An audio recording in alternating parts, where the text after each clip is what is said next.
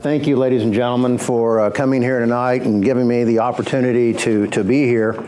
I would like to first thank everyone here that worked. Steve was telling me earlier and took me out in the hallway and showed me the new display that they have of the mayors historically up to the present time, and I certainly appreciate that, and I know that all of them would be very appreciative of the memory, keeping them in your memories as part of our history of the community. So thank you again, and thank all of you who work so hard to do that.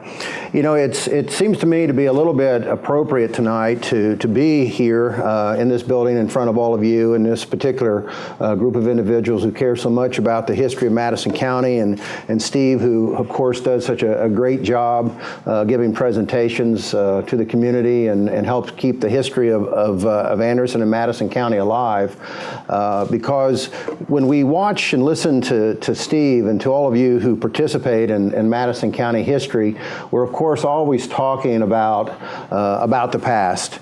And what we find, I think most of us interesting about the past is the way things were as compared to the way things are today. And one of the things that I think that we all agree upon that makes it interesting isn't because it stays the same, but because it changes. Things change. Community grows. We've had, as we know here in Anderson, we've had ups and downs over the years. We've all seen that, and many of us have lived through it. And yet what we know is there's always that one constant, and that constant is that there's change. And in my mind, it's change for the good. And so I'm proud to be here tonight to talk a little bit about Anderson, and particularly what's been going on in the last year or so since I've been in office, about 15 months now. Many of you who follow the news and the paper probably will be familiar with some of this. The paper's done a good job on keeping track of what we've been doing day in, day out uptown. But there'll be some things we probably talk about that you may not be particularly familiar with. So hopefully we can touch on some things that are new to you, and if I talk about some things you've already heard about, I'll try not to put you to sleep, and when I'm done, I'll be happy to try to answer any questions that you might have.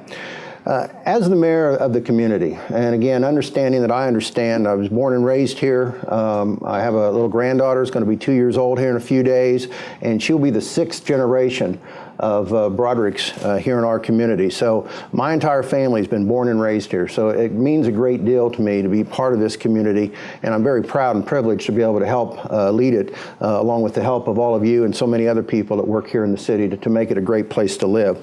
I do believe that as we work together, what we're really trying to do is build community. We're trying to build a community that's not just a place where people happen to move and live for a while and move on, but a place where people can be born, where they can live, where they can get married, where they can raise their family, where they have the opportunities to have their kids stay here locally, get a decent job, and be able to, as my family has done, keep 6 generations possibly or more moving in the community. And I know we've all seen a situation where a lot of our young folks haven't always found the opportunities here that they like to have, and they've moved on. And so one of our jobs is to try to keep that from happening.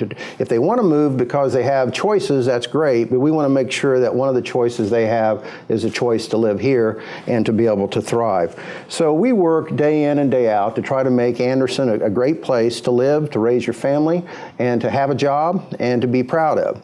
I know that most of us are very familiar with the communities nearby. Some of us go shop there from time to time down around Hamilton County and so forth, and those are nice communities, but they're not communities like ours. They're not communities where people know each other. They know the history of the community. They know everything about it because it's part of them. And that's what we want. We want a community like this that's all part of all of us. So we work day in, day out to try to make that be a reality.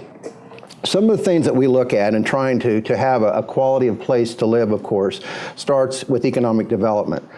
We know over the years that Madison County has changed in that regard. We know that with General Motors and what happened 20-some years ago changed the way that we have employment here in the community. So we work hard looking back as to what we've done in the past and what we can do in the future to make sure that we have real opportunities. Fortunately, we've just recently announced, and many of you probably saw in the newspaper, the announcement of one of our most recent economic wins, and that was with NTK. NTK is a Japanese company which has decided to come and locate here in Anderson. They have a plant also in the Columbus area, but they chose Anderson. And they are going to invest $192 million and bring 200 new jobs to the community. Now, in addition to that, we also have NTN, which is also a Japanese company, and NTN owns 60% of NTK. They could have went elsewhere, but again, they chose to be here. Those two businesses combined will bring over 500 jobs into the area in the next couple of years, so we're very proud about that. We've been working with that company to make sure that when they do come in and do open up their doors, that they work hard to hire folks here locally, here in Madison County and Anderson area. I'm going to talk a little bit about that here in a few minutes, about what we're doing to try to encourage these new businesses to hire and maintain businesses here locally. In addition to NTK, we've had a lot of other opportunities that have come about recently. We have another Japanese company in town called GTI.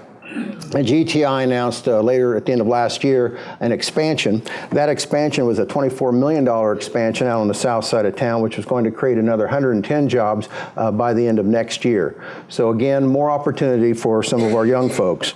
If you're familiar with the Scatterfield Road areas, I know all of you are, over by where Mary Jamerson has her new car lot, over to the right of that, we have a place called Purdue Polytechnic. Purdue Polytechnic is a new operation that's going to allow persons to go and acquire a degree from Purdue University for about a third of what it would cost if you were to go to the Lafayette campus in Lafayette. At the same time, it's also going to include what we call a maker space, which is going to allow young people to go, and also not just young people, but all people to go, to be able to try to develop new products and new ideas and to be able to put them in the marketplace. It's also going to have two different factories, or two different entities there that are going to be a manufacturing space as well. It's all of a brand new idea of technology that's being spearheaded in part by both Purdue University and also in conjunction with Flagship here in Anderson, and it's going to be a great thing for our community. Right behind it, we have a place called Italia Polina. Italia Polina, as the name suggests, is an Italian company. This is a biotech company that's going to manufacture a product that's going to be used as a fertilizer. It's not really a fertilizer in terms of like manure, but it's a fertilizer, it's biotech, that's going to be used for fruits, vegetables, table vegetables and goods. And it's the first time that this company, which already has product being manufactured and sold in Europe, it's the first time that they've manufactured this product in the United States, and they've decided to call Anderson their home. And so they're building this new plant out there. It's about a $9 million investment, and they're going to have somewhere between 35 and 50 jobs. And what's really exciting about it is they're going to be working with Purdue University to develop additional ideas and prototypes for additional types of high-tech fertilizer that they hope to be able to market also here in the United States. They're also talking about possible further expansion, and in fact, we hope to hear by the end of the month whether or not they're going to be looking at some further expansion of that facility even before they've actually open their doors there. What's nice about all that too, when we talk about quality of place, is that areas like Alta Polina and where the Purdue Polytechnic is of course former brownfields. We remember where the old Plant 3 and other General Motors plants stood. All of that, of course, it comes with potential environmental problems, but yet we've been able to work to get that cleaned up, to make it a place that's productive again, and to make it attractive to folks to come into the community to work and to develop their businesses. We've had other business expansions here within the last year, either business expansions or new businesses that have been coming in. We have BI Monitoring, which monitors for behalf of the criminal justice system across the entire country. They previously were downtown. They invested out south, and they've built a new place out there. They're going to have all of their employees out there and continue to stay in the area rather than move away from here. Down at 8th and Jackson, the old Heckam and Buick building, you'll all recall, that's been taken over by individuals by the name of the Oakley Brothers. The Oakley Brothers are in the process of building a distillery there that's going to produce distilled spirits, and they're also going to have a retail component to that. That's again at 8th and Jackson. Right down here at Dickman Park, we have the Kettle Top Brewery, which right now is selling a product that they're not making, but others are, but they're in the process of applying to the federal government for a federal permit, which will allow them to be able to brew their own beer. And this is something that's very very interesting to a lot of the younger folks and the millennials that are interested in staying around and having that type of opportunities in their downtown area. So we're real excited for them that they're putting that type of investment, and they're looking to hear from the federal government on their permit request sometime by the latter part of April, just this next month. So we're real excited for them.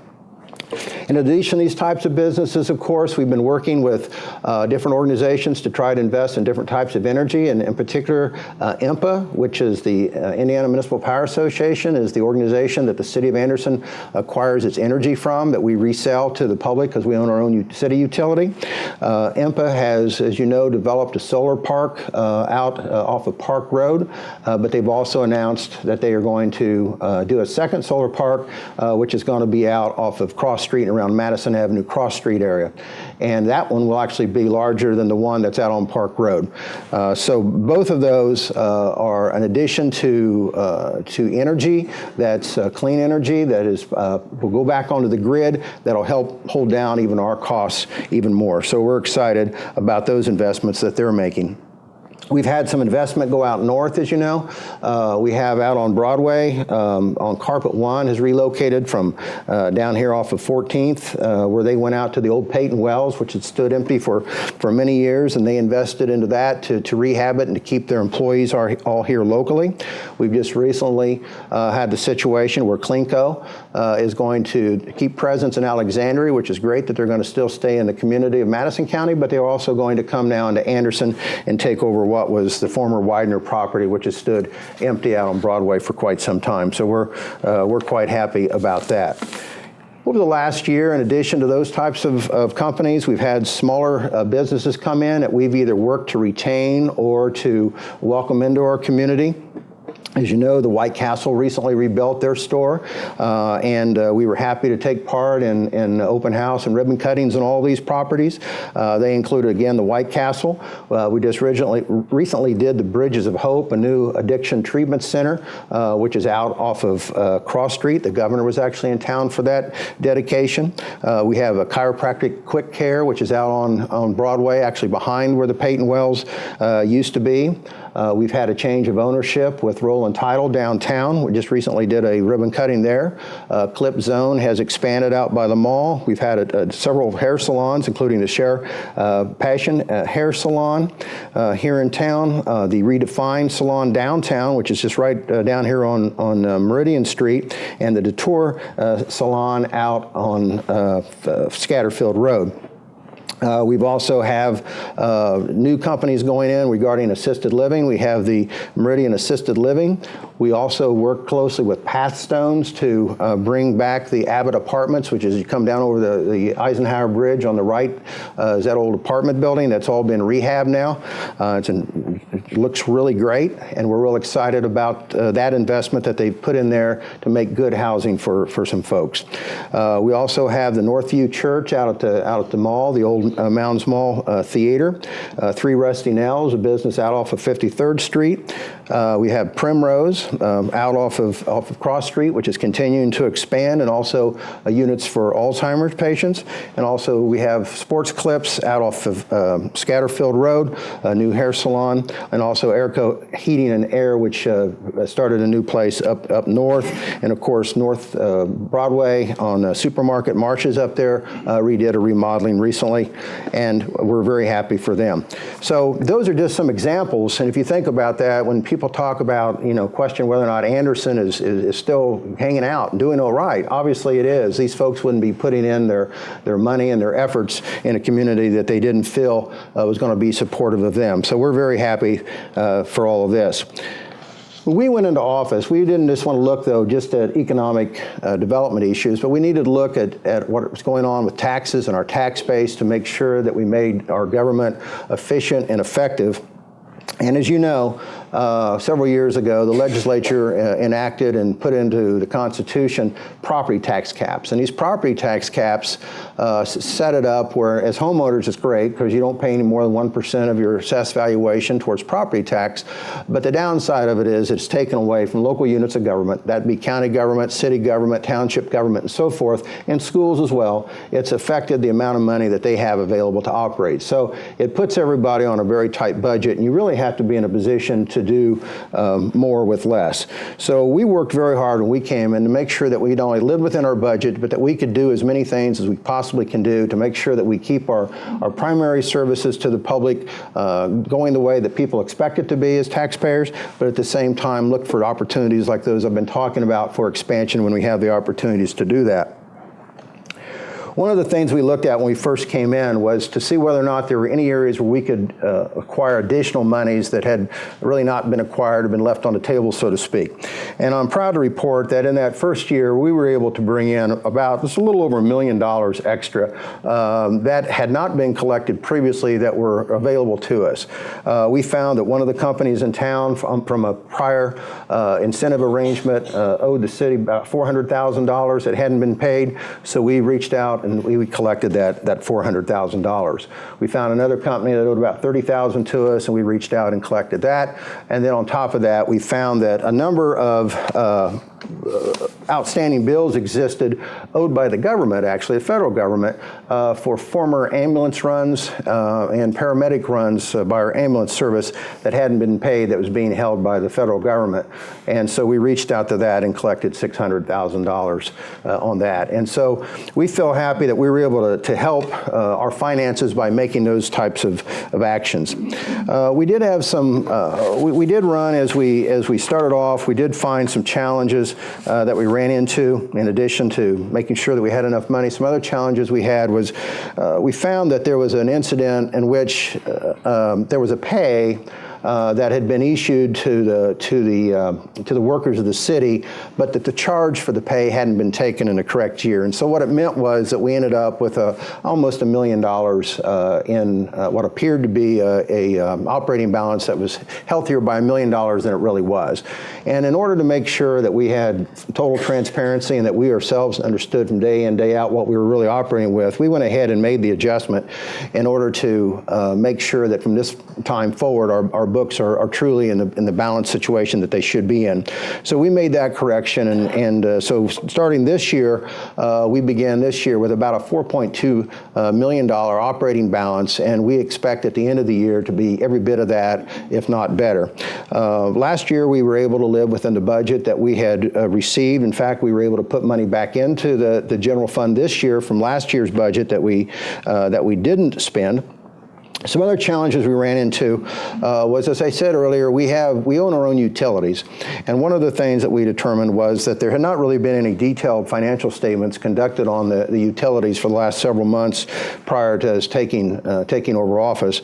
And so when we came into office, we hired a firm to work with us to bring those financial statements up to the current time in order that we had a really good understanding of what our finances were with respect to the utilities. And those utilities, again, that we operate are electric, water, sewer, and wastewater. So we were able to get that done. Another thing we've been working on is our improvements within our water system. We have, obviously, because of our town being as old as it is, we have a lot of older infrastructure. And I'm not just talking about the roads that we all see, but particularly the infrastructure that you don't see that's buried underneath the road, particularly those having to do with waterworks and so forth. When we came in, you'll recall there had been a water rate increase of 47% that had went into effect. It was supposed to phase in over a period of time, and we came in, it actually hadn't all been phased in yet. It was supposed to be, but it hadn't been. The result of that was that we were losing some money that the Indiana Regulatory Commission said that we would be entitled to have. So we made sure that all that came on board in order that we could start getting the money that was necessary in order to start working on the infrastructure. We ended up doing a bonding of $14.2 million to work on a lot of the infrastructure issues that we have here to make sure that our pipes that are underground, our water mains and so forth, are brought up to the level that they need to be. It's a very, very expensive proposition. It takes years to do. It takes a lot of money, even a lot more than that, but it's a start, and that's what we're working on now. In addition to that, along the same lines, we hired a full-time water superintendent. We came in, there was not one, so we hired a full-time water superintendent, and we've undertaken a hydrological study to ensure that the planned infrastructure that I'm talking about will best address our community needs into the future. Right now, we're in the process of working on the construction of a Lafayette treatment plant. We have 2 treatment plants here in the city, and one of them is in Lafayette, way up north, and it's about a $7.8 million project as presently designed. We're looking at some changes that might be able to take place that would save some money there, but also be able to put more money in infrastructure under the ground that would put us in a position to be able to move water from that part of town to the south part of town more effectively, given the fact that much of the water that we use on a regular basis is used on that south side of town because of a lot of the industry that goes in. For example, right now, Nestle is the largest water user that we have. That's well out there on the south side, but yet our wells are all up here on the north side. So we have to make sure that we can not only deliver water, but also that the water we deliver has high pressure. That way they can use it adequately for their needs. So we're working on those items. We're also working on replacing some wells in the Lafayette area, as well as additional infrastructure, possible changes that'll make sure that our water needs are met well for years to come. In the city, we have several departments. 2 of the departments that we have that work closely together is called Municipal Development and Community Development. And municipal development is really like your planning department and the department where you go for building and so forth. If someone was going to go build a new home or a new factory, you would have to go there to get your permits and so forth. We feel very happy that during 2016, we actually brought in $72,000 more in permitting fees than we did in the year prior in 2015. So these guys are doing a really good job at working hard to make sure that they work closely with contractors and folks that are interested in bringing new improvements into the community. They've also been working closely with me with an area that I think is very important, and that is in our blight elimination. We all know as we go through town, there's a lot of older homes that are really just literally falling down. And that's been a real problem for a number of years. When we first came into office, there had been a blight elimination program that had started as a result of federal funding that had come out under the hardest hit program. And we being the city, had received $2.8 million. But despite the fact that that program had been in existence for about 18 months, we'd only spent about 10% of it. And quite frankly, that program was fraught with a lot of red tape and it made it very difficult to work with. But we came in, we looked at new ways to try to meet the challenges of those regulations. And having done so, we're now in a position that we've been working with that really well. The year before we came in, they had torn down, I think, 13 homes. And last year we took down 50. Right now we have on the list 15 homes that we expect to get down in the next 45 days. So we've been working really hard with these blight elimination funds to try to clean up the neighborhoods. And we've set up a corporation that actually receives these lots once they're cleaned up and they're safe. And we then use that corporation to seek individuals that may be interested in taking that property over to put it back on the tax rolls. That could be someone like Habitat for Humanity, for example. It could be somebody in a neighborhood who wants a neighborhood garden, or it could be a next door neighbor that simply wants an extra lot next door to their home. So we've been working with those folks to try to get these properties back on the tax rolls, but more importantly, to clean up these neighborhoods, clean up the eyesores, take down these properties that are dangerous for kids to be around, to play around, dangerous for possible criminal activity and so forth. So we work hard in trying to do that. It's something that's very important to us. And we got good news just the other day. There was a thought last year that they were going to end that program, but they've now decided to extend it, and the city's going to become involved in that. We're going to be allowed to extend it out. So this program will go on for at least another year. And we feel like that with the operation we have in place, we have at least 5 people in our city hall that's dedicated towards working on that program. And we know with the way that we've got it streamlined now that we'll really be able to make a huge difference with those funds. And that costs taxpayers zero in terms of local tax dollars. So that's a great thing. We also have, I mentioned a minute ago, what we call community development. Community development is a department that deals primarily with inner city needs of folks, particularly with those with low to moderate income individuals. It is presently about 90% funded through the federal government called a fund called CDBG. It stands for Community Block Grant Funds.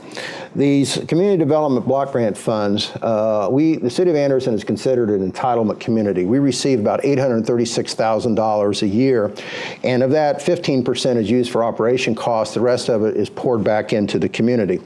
When I first came into office, the amount of money that had been given to us had not been used as quickly as it was supposed to have been, and the government was going to take part of that away from us, but we asked for some additional time, and they gave us that, and that put us in a position to have an extra $1 million available to try to spend. We had to spend it within a year, though, or lose it.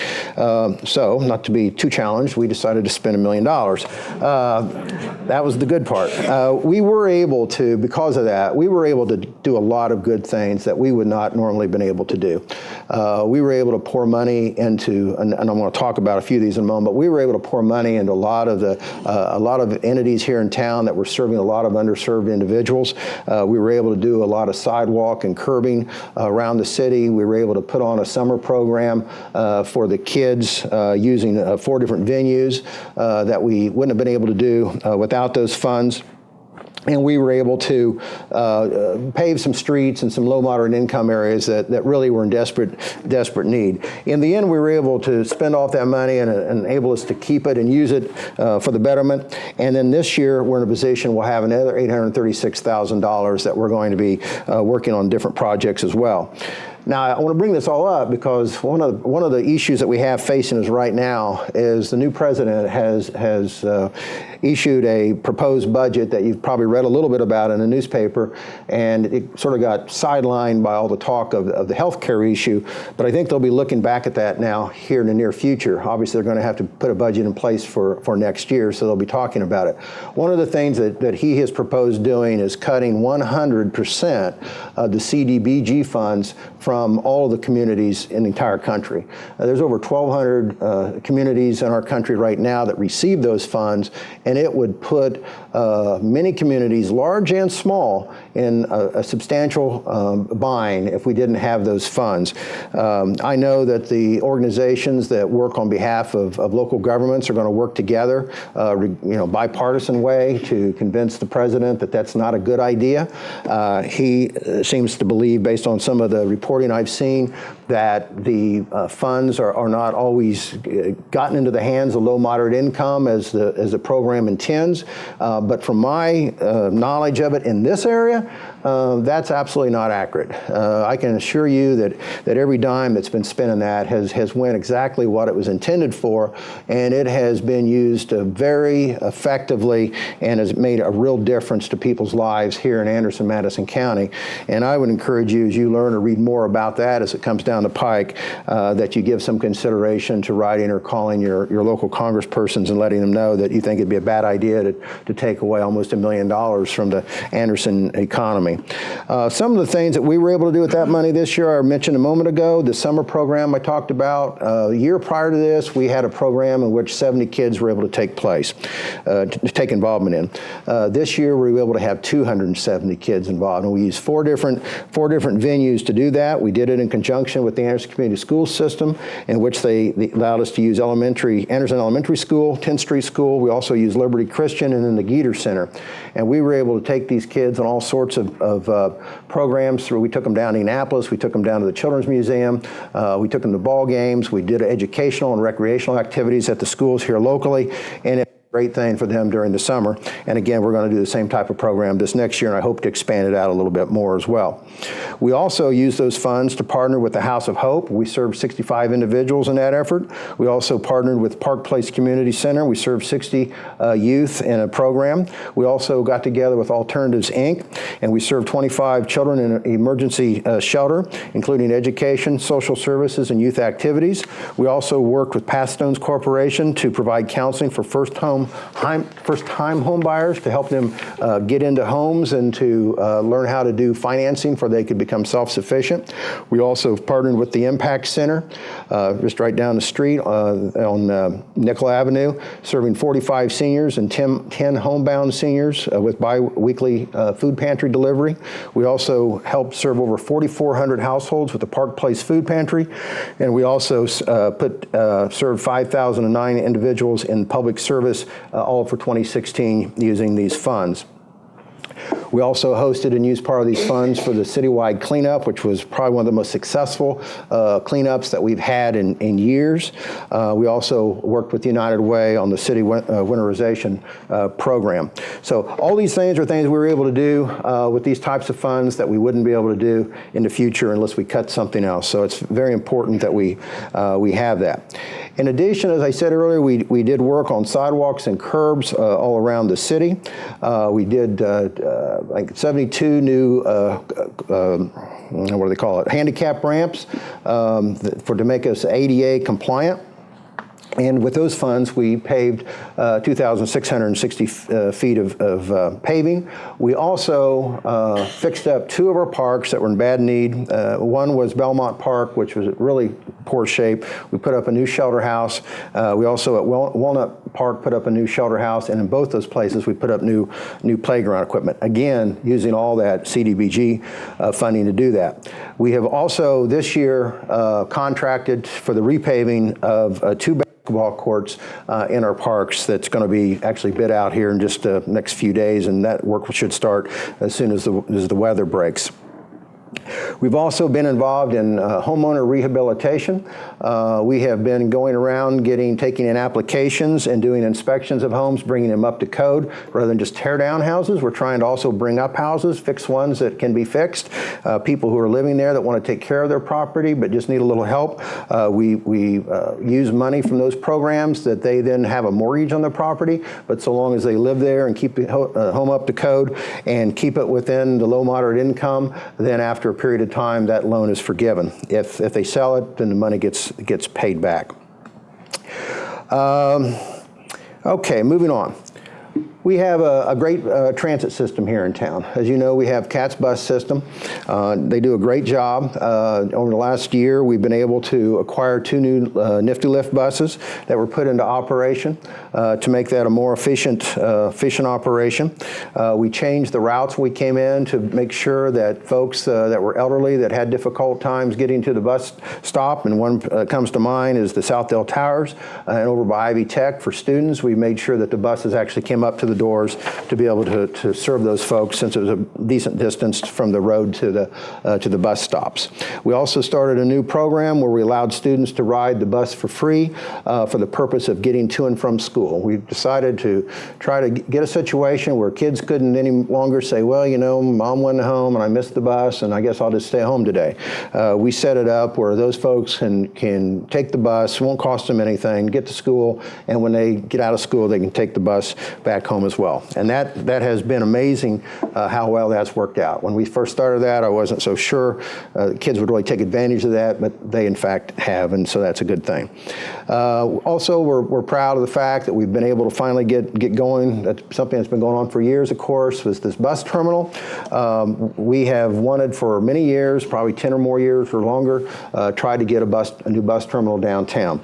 That seemed to have a lot of problems, but when we came in, we worked with the city council, got them to come to an agreement that we would work together to build the new terminal, and now we're in a position that we've acquired $4.8 million from federal funding sources that will assist us in building what ultimately will be about a $7 million facility.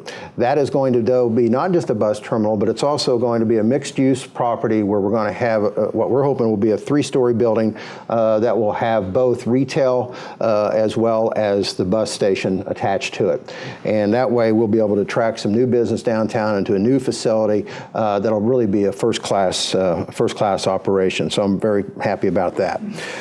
We also were able to work when we first came in, and we were proud of this as well, be able to work with the county and helping them to acquire their $13.8 million or $13.5 million Tiger grant that they had tried to seek from the federal government for the last several years. There had been 7 prior attempts to get that money, and it just hadn't quite worked out.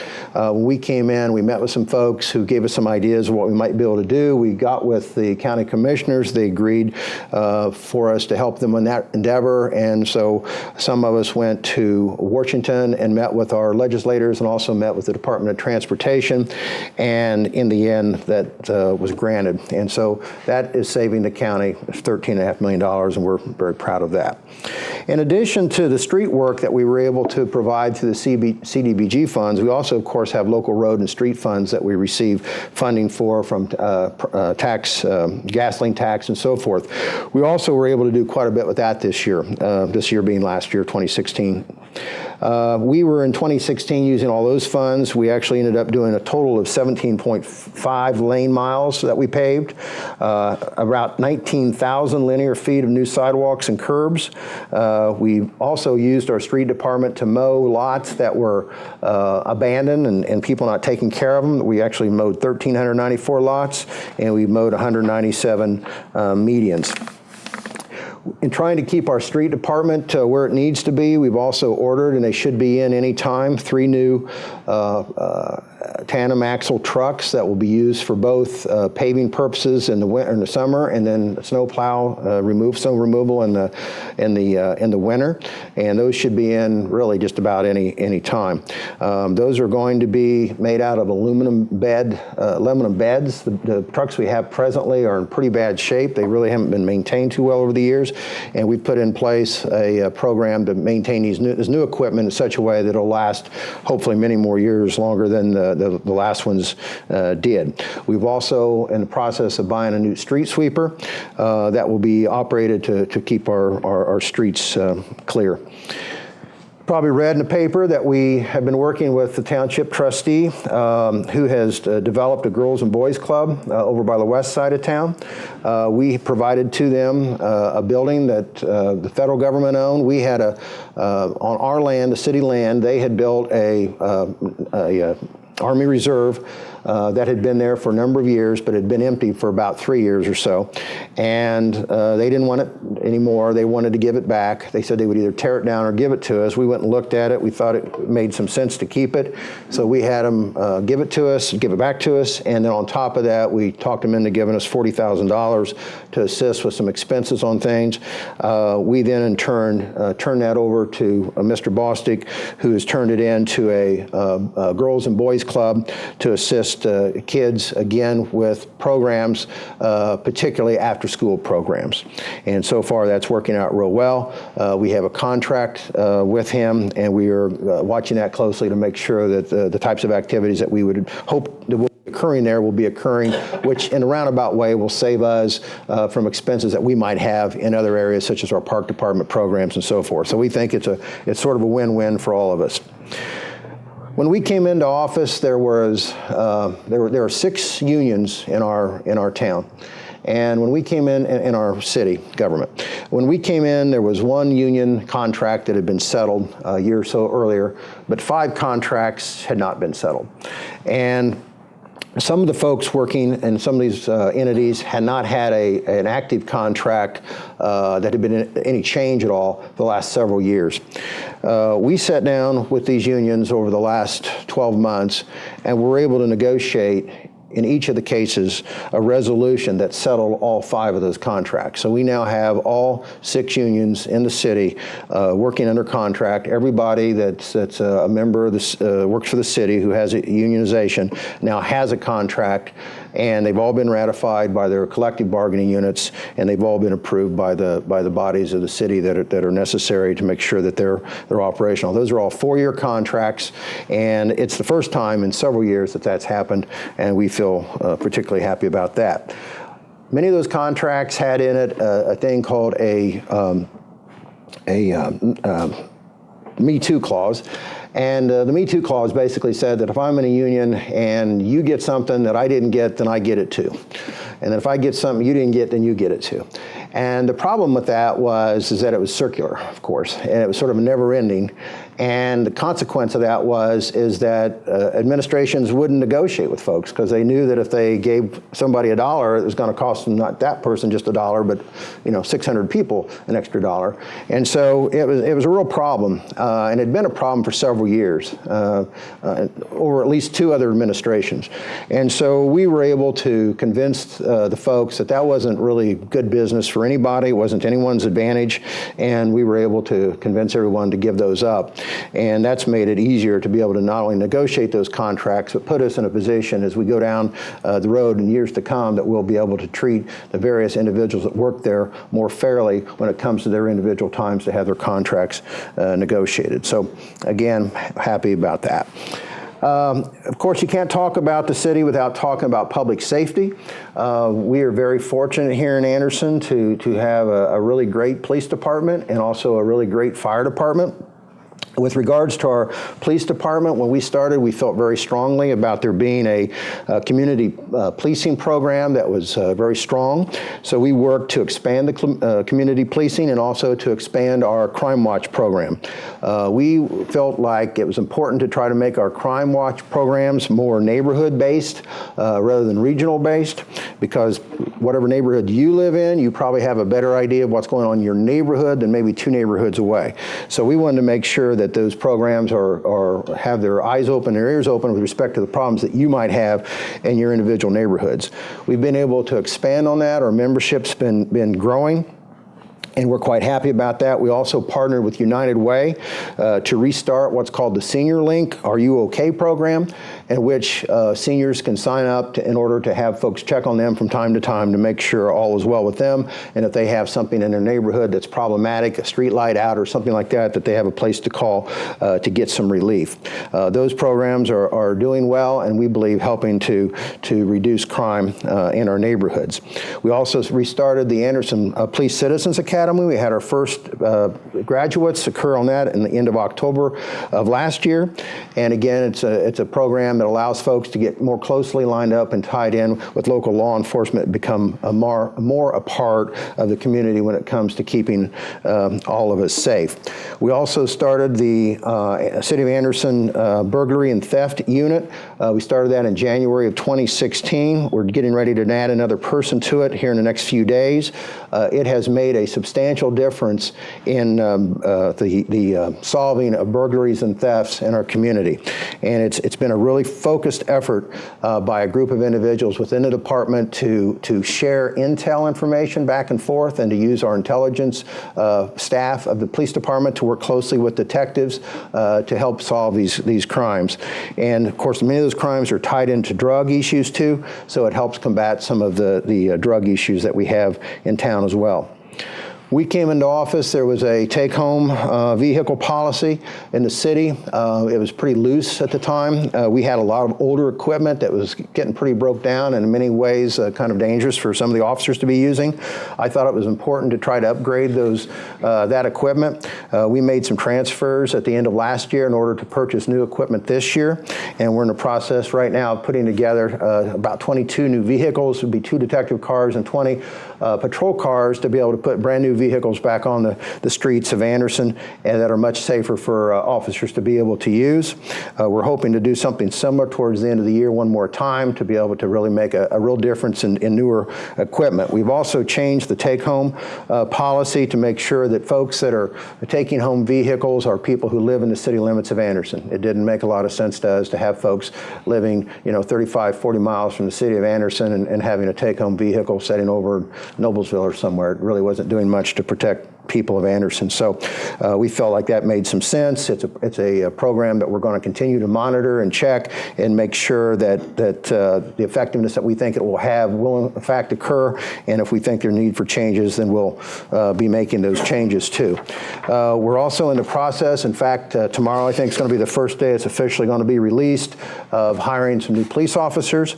We're going to have 4 different venues where we're going to have programs programs available for anyone in the community that's interested in becoming a law enforcement officer, where they'll be able to come and learn a little bit about what it means to be a law enforcement officer, what they have to do if they want to apply, what they would have to do if they wanted to take the test, and so forth. And that's going to take place all during the month of April, and actually it'll be from April 1st to May 10th. And then testing will begin after that, in order that we can hire some new officers, because we're getting ready to have some additional officers retire here in the next few months. In regards to the fire department, again, we have an exceptional fire department. These guys have worked really hard this year. Of course, we have ambulance service as well as fire service. We have dedicated ourselves to keeping our ambulance service. It does a great job. In fact, it serves not just the city of Anderson, but a lot of people on the outskirts of Anderson. They are very first class, these paramedics. They've saved lots of lives, and again, they do a great job.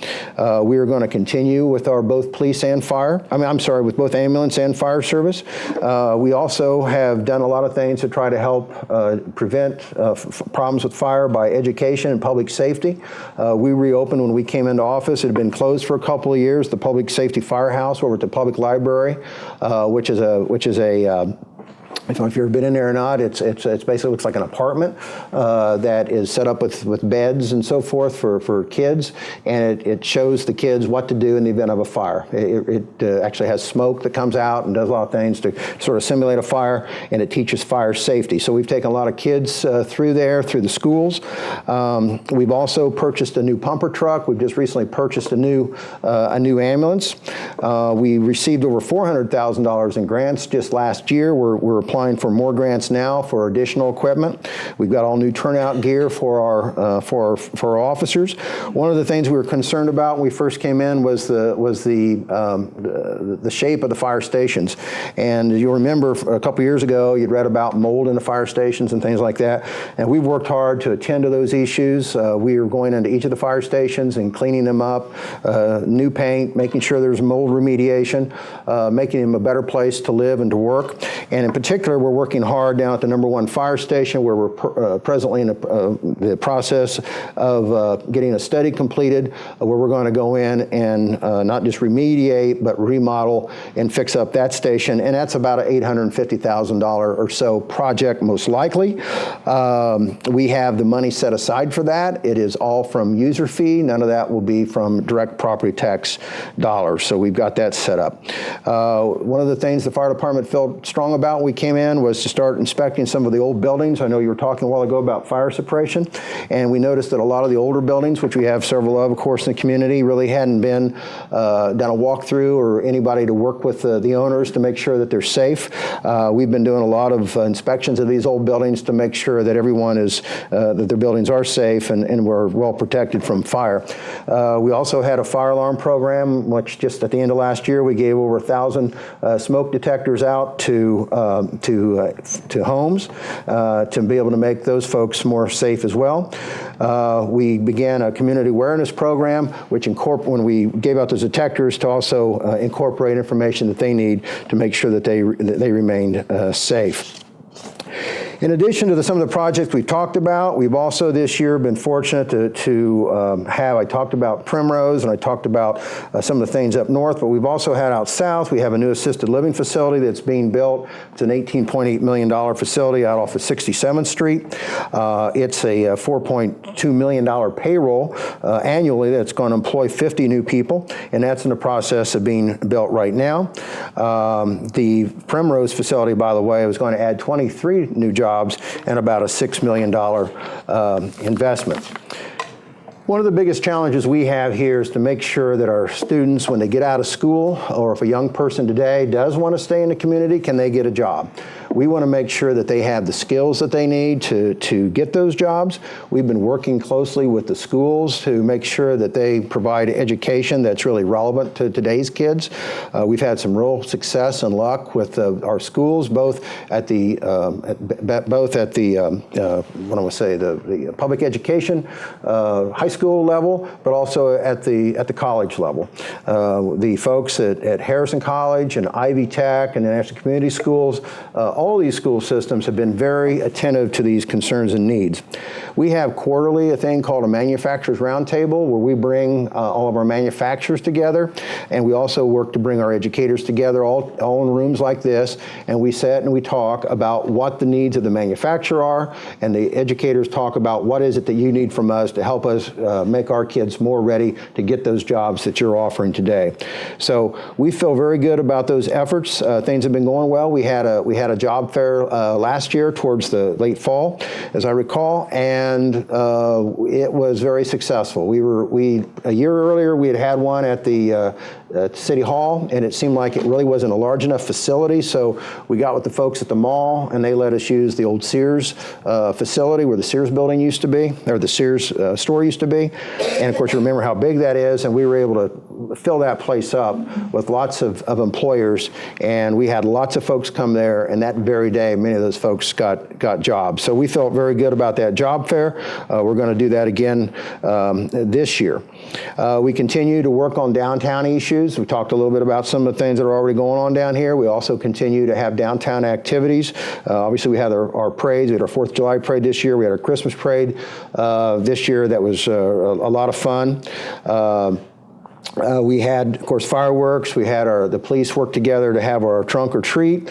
And then again last year, and then this year again, we're going to have the Anderson on Tap downtown here as well. Going back to education for a minute, one of the things I'm particularly proud about was that about middle last year, we held a fundraiser. We called it the Mayor's Ball, and we held a fundraiser to raise funds for local education. In the past, sometimes money had been raised for beautification issues and things, which are nice, but we really thought we should look at something else, and we thought education, particularly with regards to our local school systems, made a lot of sense. So we ended up raising over $23,000, and then just about a month and a half or so ago, we put out requests for teachers to apply for grants, which they did 2-3 months at the end of last year, I guess. And anyway, we got all those in, and we awarded all those grants the other day, and we gave away $23,000 to teachers who then use that in their classroom to do things that they don't have funds for because of the tightness that they have in their budgets as well. And I can't tell you the response we've gotten back from the teachers and students. I've gotten all sorts of cards and thank yous from kids.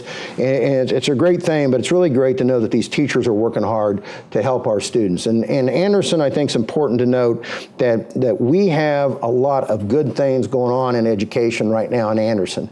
And the more that news gets out, the better it is for all of us. And I feel very comfortable with what these folks are doing right now on behalf of our children. I'm very proud of all their efforts. Finally, let me say, again, we have worked on so many different things over the last 15 months, and as much as I've talked, I can assure you I've really sort of scratched the surface. There's a lot more we've done as well. A thing that comes to mind is things a lot of people don't think about is out the Anderson Airport. We have a nice regional airport out there. We have a tower. A lot of airports that size don't. We service a lot of companies that come in here and do business here. There's a number of businesses out there that do business that have employees that work out at the airport, and their runway, though, is not in great shape, and it's getting worse as time goes on. There had been an effort put in place before I got here to acquire funding to do the runway, but there really wasn't a plan in place to be able to do the match that needed to be done to be able to secure the funds. So when we came in, we looked at the possibilities, and we put together a 3-year plan that's going to allow us the opportunity to collect $8 million in funds from the federal government, and then 5% is going to be paid for by the state, and then we will only have to pay the difference.